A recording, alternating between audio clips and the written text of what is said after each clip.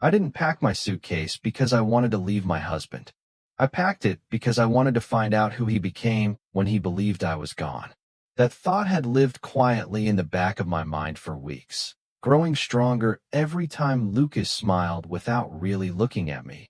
Every time he kissed our son's forehead before leaving for work, but forgot to ask how I had slept. Every time he stared out the kitchen window with the weight of a man carrying a storm he refused to name. People always say marriages fall apart with screaming matches or spectacular betrayals, but ours seemed to be disappearing one ordinary Tuesday at a time. I missed the man who used to laugh while burning pancakes on Saturday mornings, who insisted on folding baby clothes even though he was terrible at it, who once drove 40 miles through a snowstorm because I casually mentioned craving blueberry pie. Somewhere between endless bills, sleepless nights, and the beautiful chaos of becoming parents, that version of Lucas had faded into someone polite, responsible, and painfully distant. I kept telling myself it was stress. I kept telling myself tomorrow would feel different. Then tomorrow became another week, and another. That Friday morning, I zipped my overnight bag while our 8-month-old son, Noah, sat on the nursery rug stacking colorful blocks with complete confidence that his tiny tower would somehow reach the ceiling. I smiled at him even though my chest felt heavy. "We're going to Grandma's for a little while," I whispered, brushing a curl away from his forehead.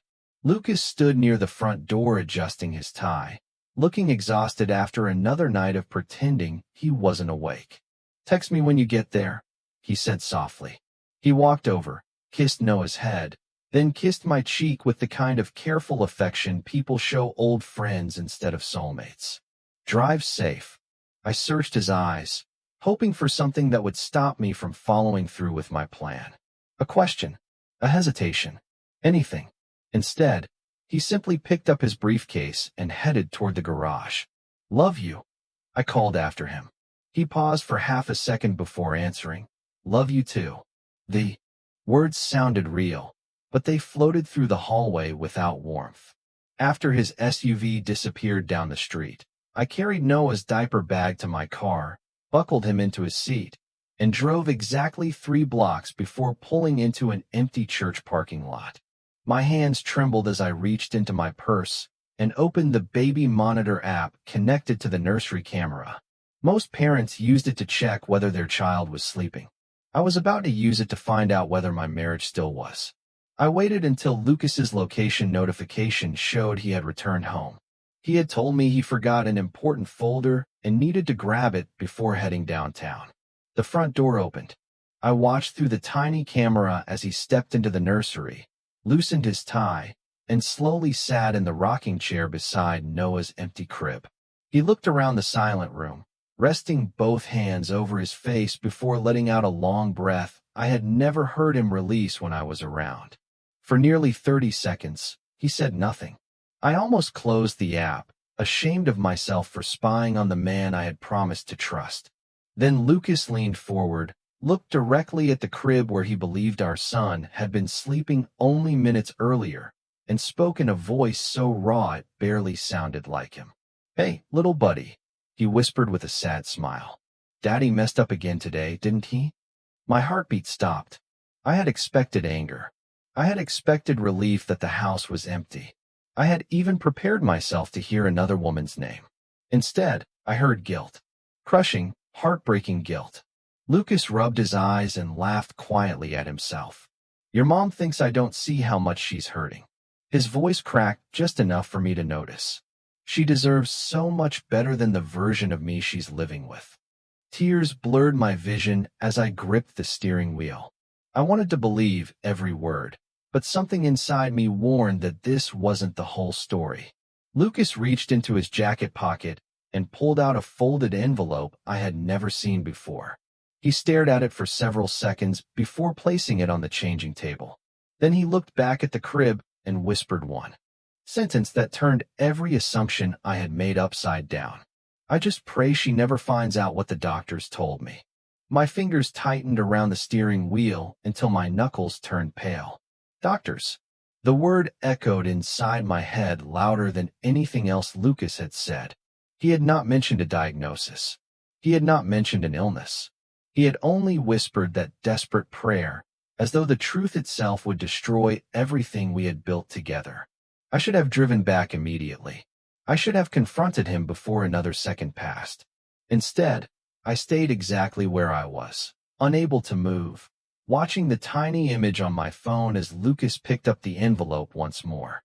He slowly opened it, but did not remove the papers inside. He simply held it against his chest and closed his eyes. "I know this is selfish," he murmured into the empty nursery. "I know I promised I would always be honest with your mom." His voice trembled before he forced himself to smile. "But she finally laughs again when she looks at you. I cannot take that away from her." My heart pounded even harder. Nothing about this sounded like a man hiding an affair or planning to leave his family. It sounded like someone saying goodbye without ever using the words. Noah stirred softly in the back seat of my car, reminding me that he was still there, peacefully asleep, completely unaware that his parents' lives might be changing forever. I glanced over my shoulder and brushed the blanket higher over his tiny legs before turning back to the monitor. Lucas stood from the rocking chair and walked toward the changing table. His fingers rested on the framed ultrasound picture we had placed there months earlier. I remembered that afternoon perfectly. We had left the clinic holding hands, arguing playfully over baby names while stopping for cheeseburgers on the drive home, because I insisted our son already loved French fries. Lucas had laughed so hard that Daya's eyes watered. Watching him now, I realized I had not seen that carefree smile in months. He carefully placed the envelope inside the bottom drawer beneath neatly folded pajamas and closed it again. "Just a little longer," he whispered to himself. "Please let me have a little more time." Suddenly his phone rang. He looked at the screen and answered immediately. "Good morning, Dr. Patel." Every muscle in my body froze. I instinctively turned the volume on the app as high as it would go. "Yes, I received the results," Lucas said quietly. He listened for several moments without speaking. His shoulders gradually lowered as though every sentence on the other end carried another invisible weight. Finally he replied, "No, Ethan does not know anything." My own breathing became shallow. "I understand why you think I should tell him," Lucas continued. "If the treatment works, I will tell him everything afterward. If it does not." He stopped speaking. Silence stretched between them. Even through the tiny speaker, I could hear the concern in the doctor's calm voice, though not the actual words. Lucas swallowed hard before answering. "Because I cannot watch him spend every day waiting for bad news while trying to raise our son. He deserves mornings that are normal. He deserves bedtime stories without fear sitting beside him." Tears rolled down my face before I realized I was crying. I had spent weeks believing he was emotionally leaving our family, while he had apparently been trying to protect us from something I still could not understand. Then Lucas surprised me again. "There is something else I need your opinion about," he said. "I have been feeling dizzy more often this week, especially when I am driving home. Yesterday, I almost pulled over on Interstate 90 because my vision blurred for a few seconds. My stomach dropped." He had told me traffic was terrible yesterday. He had smiled through dinner as though nothing unusual had happened. "I have already scheduled the additional scans," he continued. "Friday morning before work." Another pause followed. "No, Ethan thinks I have an early budget meeting."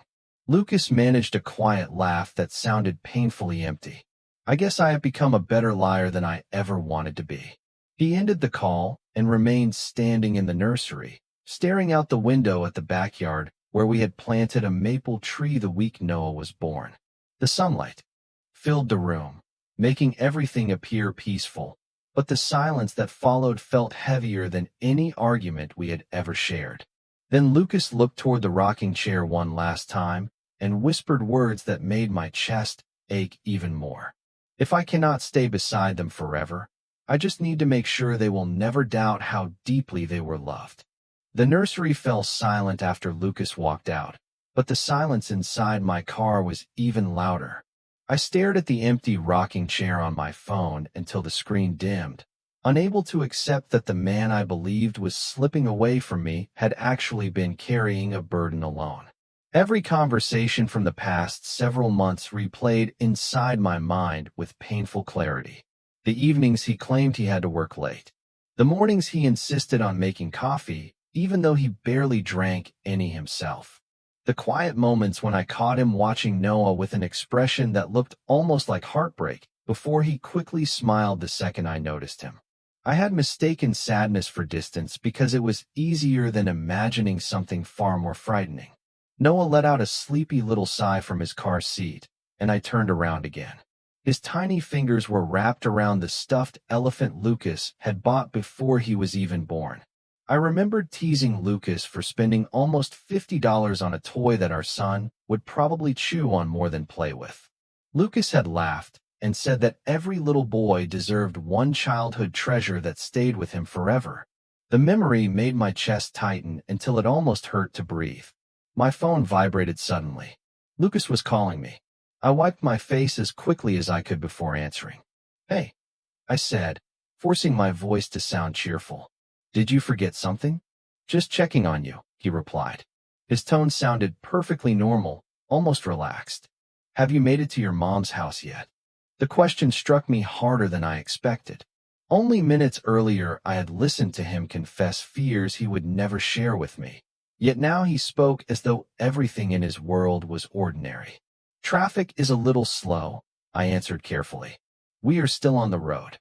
"Take your time," he said. "No rush." A brief silence settled between us.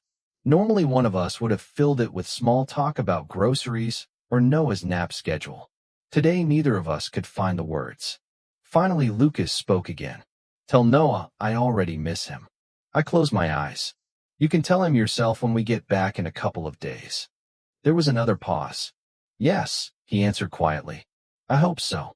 The line disconnected before I could respond. Hope so. Not well. Not definitely. Just hope. I lowered the phone into my lap and realized my hands were shaking again. Everything he said now carried a second meaning that I had never heard before. I drove to my mother's neighborhood exactly as planned, because turning around immediately would only make Lucas suspicious. My mother opened the front door with her usual bright smile, but it faded the instant she looked at my face. "Ethan," she whispered. "What happened?" I wanted to tell her everything. I wanted someone else to help me carry what I had heard. Instead, I simply hugged her tighter than I had in years. "I think Lucas is hiding something," I admitted softly. She glanced toward Noah, who had just woken up and was happily reaching for her. "Marriage is complicated," she said gently. "Sometimes people hide things because they are afraid. Sometimes because they are trying to protect the people they love." Her words settled deeply inside me because they sounded almost identical to what I had just witnessed. That afternoon, while Noah crawled across my childhood living room chasing a bright yellow ball, I found myself scrolling through old photographs on my phone. There was Lucas covered in birthday cake after Noah smashed his first handful of frosting onto his face. There we were painting the nursery walls pale blue, laughing because neither of us knew what we were doing.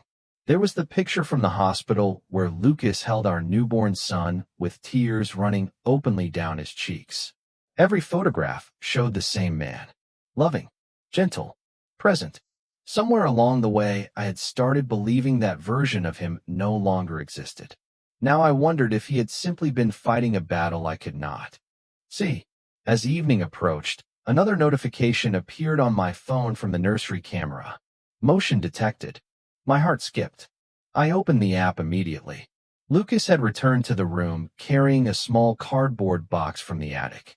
He sat on the floor beside the crib, lifted the lid, and carefully spread dozens of handwritten envelopes around him. Each one had a date written across the front in black ink. One for Noah's 5th birthday, one for his first day of school, one for his high school graduation, one for his wedding day. And then Lucas reached for a blank envelope, uncapped a pen with trembling fingers, and whispered to the empty room, "I guess it is finally time to write the one Ethan was never supposed to read." The sight of those envelopes stole every bit of strength from my body. I stared at the tiny screen as Lucas arranged them in careful rows across the nursery floor, almost as if he were organizing pieces of a future he believed he would never be able to witness himself. His movements were slow and deliberate, the kind of quiet routine someone repeated many times before finally finding the courage to finish it. He picked up the blank envelope and rested it on his knee, but instead of writing immediately, he looked around the room with an expression I had never seen before. It was not fear. It was grief wrapped inside gratitude. His eyes lingered on the rocking chair where countless late nights had been spent comforting Noah through teething, restless dreams, and endless midnight feedings. They drifted toward the bookshelf we had assembled together during one rainy weekend, laughing because I had accidentally attached every shelf upside down before Lucas patiently fixed my mistakes without teasing me once. Then his attention settled on the family picture hanging above the changing table. It had been taken only 4 months earlier during our first trip to the county fair. Noah sat on my shoulders wearing an oversized baseball cap, while Lucas stood beside us holding a paper bag of caramel popcorn. Looking at that photograph now, I realized I had completely missed the exhaustion behind his smile. Lucas finally uncapped his pen and whispered, "I wish this letter never had to exist." The words were almost too soft for the monitor to capture, but they reached me clearly enough to make my chest tighten again. He began writing slowly across the first page. Every few sentences he stopped, closed his eyes, and quietly shook his head before crossing something out and starting over. It was obvious that whatever he wanted to say refused to fit neatly onto paper. Minutes passed before he finally read part of it aloud, almost as though testing whether the words sounded real. "Ethan, if you are reading this, then I broke the promise I made to myself." His voice cracked before he took a steadying breath. "I promised I would always be beside you when life became difficult. Instead, I became the difficult part." Tears blurred my vision once more. I remembered the first promise we had ever made to each other years earlier during a simple picnic beside Lake Michigan. We had no expensive rings yet, no house, no baby, and barely enough money to split a restaurant meal afterward. Lucas had looked at me with complete certainty and said, "No matter what happens, I never want you to carry anything alone." At the time, I believed he meant financial struggles, family problems, and the ordinary hardships every couple eventually faced. Neither of us imagined that one day he would be the one silently carrying something so enormous that it changed the way he smiled, the way he slept, and the way he looked at our son. My mother gently called my name from the kitchen, asking whether I wanted coffee, but I could not answer. I remained frozen in the guest room with my eyes fixed on the monitor. Lucas folded the unfinished letter and placed it beside the others before opening another small notebook. I recognized it immediately. It was the notebook I had given him on our 3rd wedding anniversary, because he once mentioned wanting to write down family memories before they faded. I thought it had disappeared years ago. Instead, every page was filled. Lucas flipped through them carefully, smiling at tiny handwritten entries. Noah laughed for the first time after sneezing. Ethan danced in the kitchen while making pancakes. Our first Christmas in the new house. The day Noah learned to wave goodbye. Each memory was ordinary. Each memory was priceless.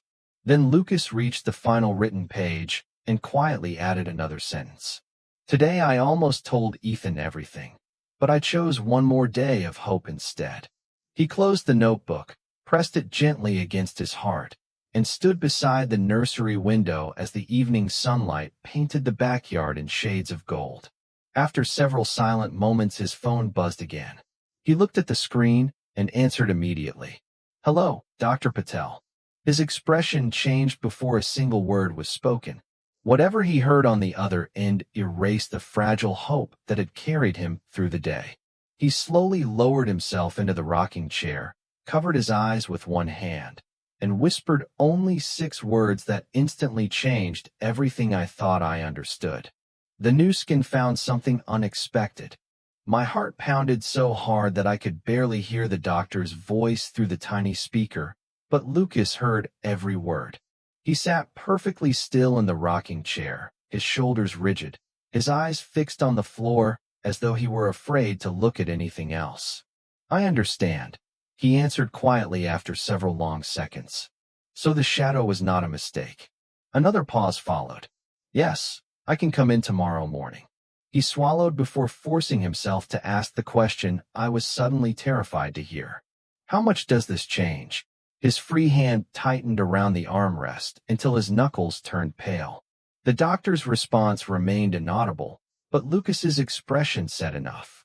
Whatever hope he had been protecting was slipping away. "No," he said softly. "Please do not call my emergency contact. Not yet." He looked toward Noah's crib again, and the silence that followed seemed to stretch forever. Finally he whispered, "I need one more day where my family believes life is normal." The call ended. Lucas lowered his phone into his lap and remained motionless for nearly a full minute. Then, to my complete surprise, he smiled.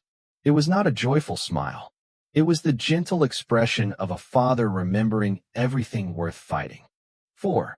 He stood and walked to the closet, reaching for a large plastic storage bin on the top shelf. I had completely forgotten about it. We had packed it together before Noah was born, filling it with little keepsakes we wanted to save for him. Lucas carefully removed the lid and lifted out a tiny pair of blue sneakers that Noah had already outgrown. He laughed quietly to himself. "You hated wearing these," he murmured. "You kicked them off every single time."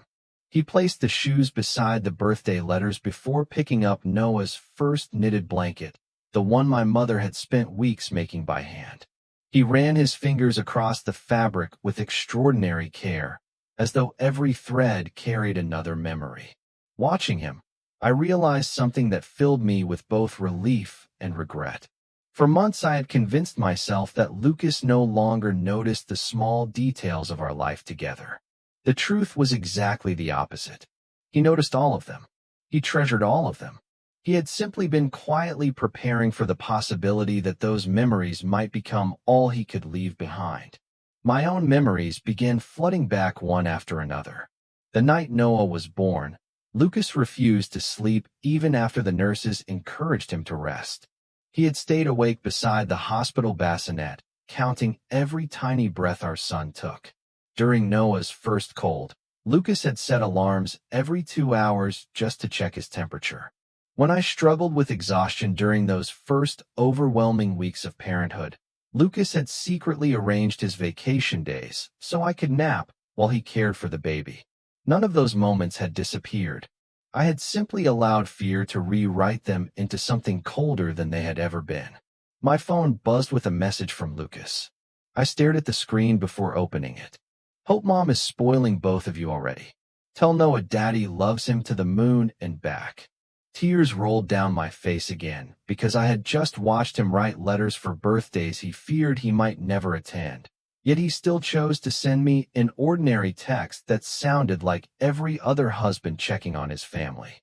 I typed several different replies before deleting them all. In the end, I sent only 3 words. "We miss you." Almost immediately, 3 little dots appeared on the screen as he began typing. They disappeared, then returned, then disappeared again. Finally, his message arrived. "I miss home too." Home. Not the house. Not the neighborhood. Us. That single word broke something inside me. Back in the nursery, Lucas carefully returned every keepsake to the storage bin except one photograph. It was a picture from our honeymoon on the coast of Maine. We were standing barefoot near the ocean, laughing because a wave had soaked our jeans only seconds after promising each other forever. Lucas traced the edge of the picture with his thumb before quietly saying, "I would choose this life with you again every single time." Then he slipped the photograph into his wallet instead of putting it back into the box. At that exact moment, another notification appeared on his phone. This time it was not from Dr. Patel. The sender's name made my stomach tighten instantly. It was the life insurance company, and the preview message on the screen read, "Your requested policy update has been approved." The words on the insurance notification stayed burned into my mind long after the screen went dark. Lucas had not been planning a new future without us. He had been trying to protect the future we might have without him. That realization shattered every suspicion I had carried for months, replacing it with a guilt so heavy I could barely breathe. I wanted to get in my car immediately, drive home, and wrap my arms around him before another secret had the chance to grow between us. Yet another part of me knew that if I appeared at the house now, Lucas would simply smile, hide the letters, invent another excuse, and continue carrying everything alone. If I wanted the truth, I needed to understand why he believed he had to protect me from it. That night my mother offered to put Noah to bed, but I quietly insisted on doing it myself. I rocked him gently until his tiny eyelids finally drifted closed, studying every peaceful expression on his face. I suddenly understood why Lucas had spent so much time memorizing the smallest moments. Parenthood had a strange way of making ordinary evenings feel priceless. After laying Noah carefully into the portable crib, I stepped onto the back porch with a cup of untouched coffee. The summer air was warm, and the neighborhood was filled with the distant sounds of sprinklers and children riding bicycles before sunset. My phone vibrated again. This time it was not a message. It was a calendar notification that Lucas and I had created together nearly a year earlier. Date night. We had promised ourselves that no matter how busy life became after Noah arrived, we would always protect one evening every month just for us. The reminder appeared exactly on schedule, but neither of us had mentioned it all week. I opened our shared calendar and saw that Lucas had quietly deleted tomorrow's reservation at our favorite little Italian restaurant. In its place, he had written only one sentence: medical appointment. Private. My heart sank. He had never hidden appointments from me before. I opened the nursery camera once more, expecting to find the room empty, but Lucas had returned carrying his laptop. He sat at the small reading table beneath the window and opened several folders filled with financial documents. Mortgage statements, college savings plans, retirement accounts, household bills.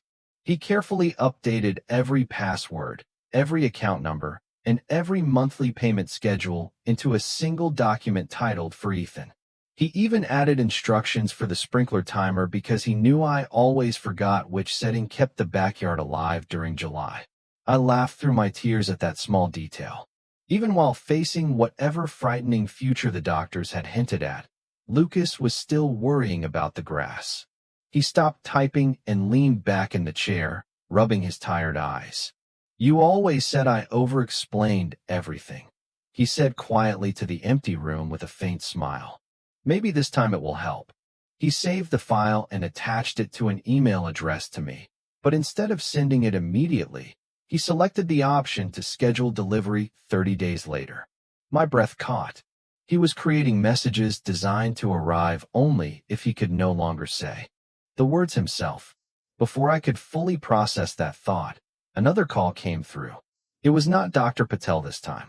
The caller identification displayed the name Michael Reynolds, Lucas's older brother. Lucas answered after the second ring. "Hey, Mike." His brother spoke quickly enough that even through the monitor I could hear concern in his voice. Lucas listened in silence before responding. "No, Ethan still does not know." Another pause followed. "Because I promised myself that I would not let fear become the last thing he remembers about this season of our lives." He looked toward Noah's crib again and smiled sadly.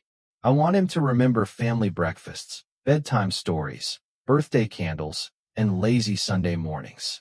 Not hospitals." His brother must have argued with him because Lucas shook his head almost immediately. "If tomorrow gives me better news, then I will tell him everything. If tomorrow confirms what the doctors suspect."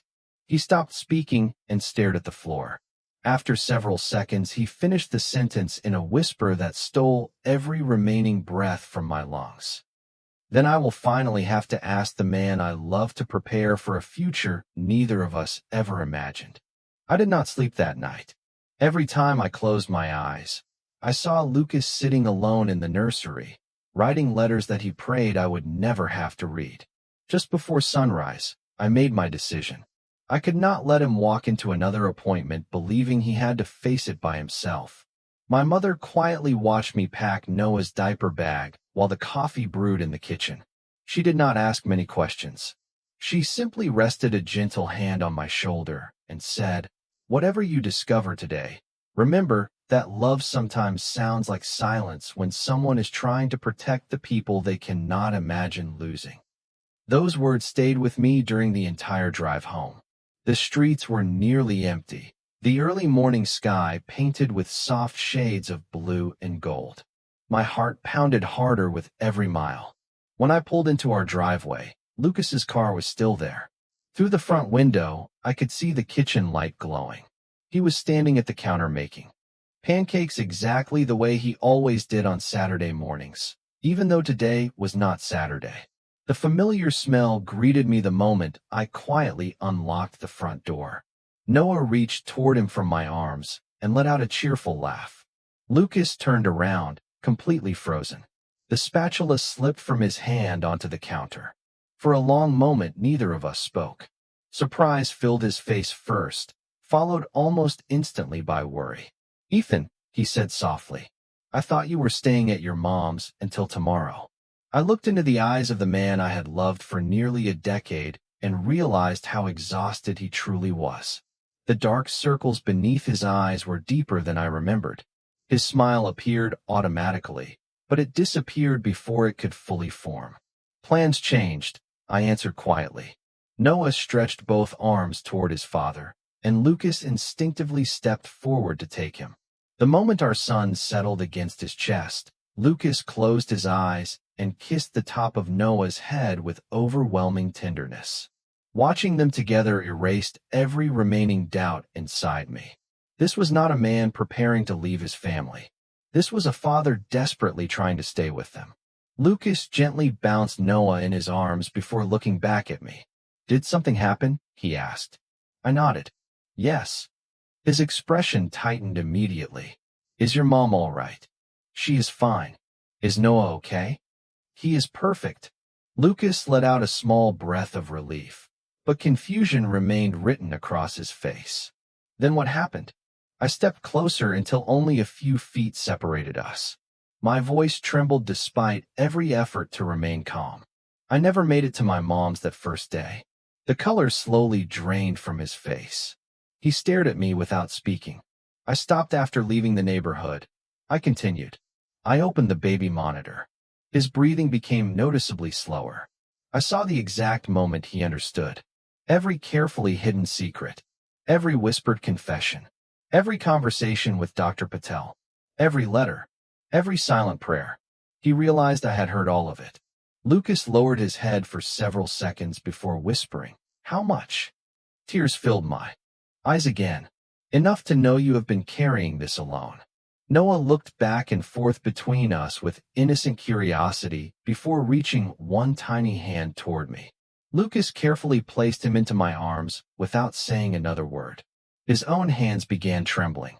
"I wanted to tell you," he said, barely above a whisper. "Every single day, I wanted to tell you." I took one more step forward. "Then tell me now." Lucas looked toward the kitchen window, fighting to steady his breathing. When he finally met my eyes again, every wall he had spent months building quietly collapsed. 3 months ago, he began, I started getting dizzy at work. I ignored it because I thought I was just exhausted. Then I fainted during a meeting. My doctor ordered several scans. The first results showed something unusual, but they were not certain. They hoped it might be harmless. Yesterday, they found another change, and this morning they want more tests to determine exactly what we are dealing with. He swallowed hard before continuing. "I have been living between hope and fear every single day, and I convinced myself that protecting you from that uncertainty was somehow an act of love. Instead, I only pushed you away. I thought I was saving your heart, Ethan. I never realized I was breaking it." Lucas stood silently in the kitchen, as though finally speaking the truth had drained the last of his strength. For the first time in months, there were no carefully chosen excuses, no forced smiles, and no invisible wall standing between us. There was only fear, honest and exposed. I held Noah against my shoulder while looking at the man I had almost convinced myself no longer loved me the way he once had. Now I understood that every moment of distance had been built from desperation rather than indifference. I crossed the remaining space between us and gently reached for his hand. He looked surprised, almost uncertain that he deserved the gesture. "You do not get to decide which burdens belong only to you," I said quietly. "When we promised forever, that promise included frightening mornings, unanswered questions, and impossible days." Lucas lowered his eyes as tears gathered for the first time since I had walked through the front door. "I was terrified," he admitted. "Not of the appointments. Not even of the possibility that something was seriously wrong. I was terrified of watching you lose your smile because of me. Every time Noah laughed, every time you planned another family trip or talked about decorating the backyard, I told myself I could protect those moments just a little longer if I stayed silent." I slowly shook my head. "You protected memories that had not happened yet, but you almost stole the ones we still had together." He covered his face with one trembling hand before quietly whispering, "I know." Noah reached toward his father again, completely unaware of the heavy conversation unfolding around him. Lucas accepted him with a grateful smile, holding him close as our son happily touched his father's chin. The simple innocence of that tiny gesture somehow broke the last barrier between us. Lucas laughed through his tears. "He always knows how to interrupt serious conversations," he said. "He gets that from you." I smiled for the first time in what felt like weeks. "No," I answered softly. "That comes from both of us." The kitchen grew quiet again, but this silence felt different. It was no longer filled with hidden fears. It was filled with two people finally standing on the same side of the truth.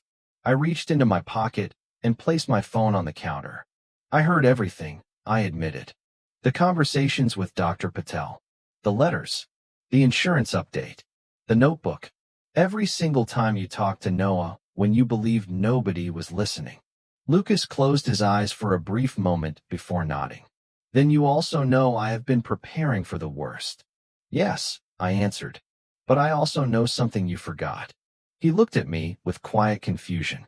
"You were preparing for a future without yourself," I continued gently, "while I was still planning a future with you in it. You never gave me the chance to fight beside you." Those words settled between us with surprising calm. Lucas took a slow breath before reaching into his wallet. He removed the photograph from our honeymoon and handed it to me. I carried this every day because I needed a reminder of what mattered most whenever I walked into another appointment. I studied the faded picture, remembering the salty ocean breeze, our ridiculous attempts to collect seashells, and the promise we had made while watching the sunset. We had agreed that no matter how ordinary life became, we would never stop choosing each other. Somewhere beneath months of fear, that promise had remained alive. "We are keeping that promise," I said. "Starting today." Lucas looked uncertain. "Even if the news is bad." I stepped closer until our foreheads almost touched. "Especially if the news is bad." He finally allowed himself to cry openly, not because hope had disappeared, but because he no longer had to carry uncertainty alone. A few minutes later, we packed Noah's diaper bag together, locked the front door side by side, and climbed into the car. Nobody spoke during the drive because there were no perfect words left to say. Lucas reached across the center console and quietly intertwined his fingers with mine exactly the way he had done years earlier whenever one of us felt nervous. I squeezed his hand without letting go. As the hospital came into view beneath the bright morning sun, Lucas whispered one sentence that sounded completely different from all the fearful words I had overheard through the baby monitor. "Whatever happens after we walk through those doors, I am finally not facing it alone." The waiting room seemed strangely ordinary for a place where entire lives could change in a single conversation. Parents flipped through magazines, children quietly colored in activity books, and nurses walked the hallways with calm, familiar smiles. The world had not stopped simply because our hearts felt unsteady. Lucas sat beside me with Noah asleep in his stroller, our hands still tightly intertwined. Neither of us spoke much while we waited because there was finally nothing left to hide. Nearly an hour later, Dr. Patel invited us into his office. He greeted both of us warmly before taking a slow breath that immediately made my stomach tighten. Lucas looked at him with steady eyes, prepared for whatever came next. The doctor opened the latest scans on the screen and carefully explained everything in language we could both understand. The additional imaging had revealed an abnormal area that required immediate attention, but after reviewing the new tests alongside several specialized evaluations completed that morning, the medical team believed there was genuine reason for optimism. The findings did not match the worst possibilities they had feared during the earlier examinations. More testing and treatment would still be necessary, along with regular monitoring over the coming months. But the outlook was far more hopeful than Lucas had allowed himself to imagine. I watched the tension slowly leave his shoulders as though he had been carrying an invisible weight that finally began to lift. Tears filled his eyes again, but this time they were not born from despair. Dr. Patel smiled gently before saying, "You have a long road ahead, but you are walking onto that road much earlier than many people do. That gives us every reason to move forward with confidence." Lucas thanked him quietly, unable to say much more. When we stepped outside into the bright afternoon sunshine, he simply stood there for several seconds, breathing deeply as though the air itself felt different.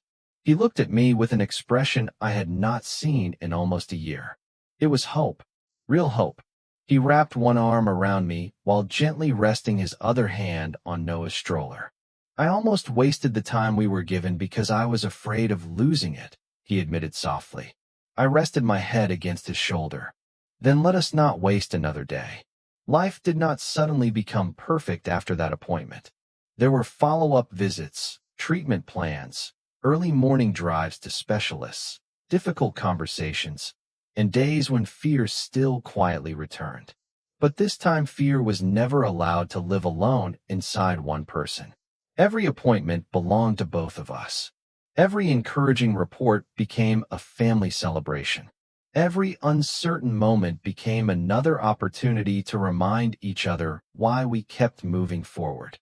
Months passed, and little by little the laughter that had disappeared from our home found its way back. Lucas started making pancakes every Saturday again, burning the first batch almost every single time. Noah learned to run across the backyard beneath the maple tree we had planted the week he was born, laughing whenever Lucas pretended he could never quite catch him. One evening, while organizing the nursery closet, I discovered the box of birthday letters exactly where Lucas had hidden it. I carried it into the living room without saying a word. He looked at the box, then at me, and smiled with embarrassed relief. Together we opened every envelope. Some made us cry, others made us laugh. Instead of saving them for a future that might never arrive, we decided to create new memories beside each one. Lucas kept the notebook where he had recorded our ordinary family moments, but now every page slowly filled with new entries instead of goodbye messages. Noah rode his first bicycle. Family movie night in the living room. Ethan laughed so hard he spilled popcorn everywhere. The final page remained blank for a long time until one quiet evening nearly a year later. Noah was asleep upstairs, and the familiar baby monitor rested on the kitchen counter beside us. I glanced at it and smiled. Lucas noticed. "Funny," he said. "That little monitor changed everything." I nodded. It reminded me that sometimes the quietest conversations are the ones that matter most.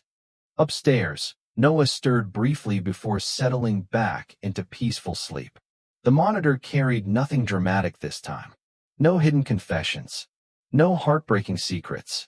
Only the soft rhythm of a child breathing safely through the night. Lucas reached for my hand exactly as he had in the hospital parking lot months before. I squeezed his fingers and realized that love had never disappeared from our home. It had simply been waiting for honesty to find its voice again.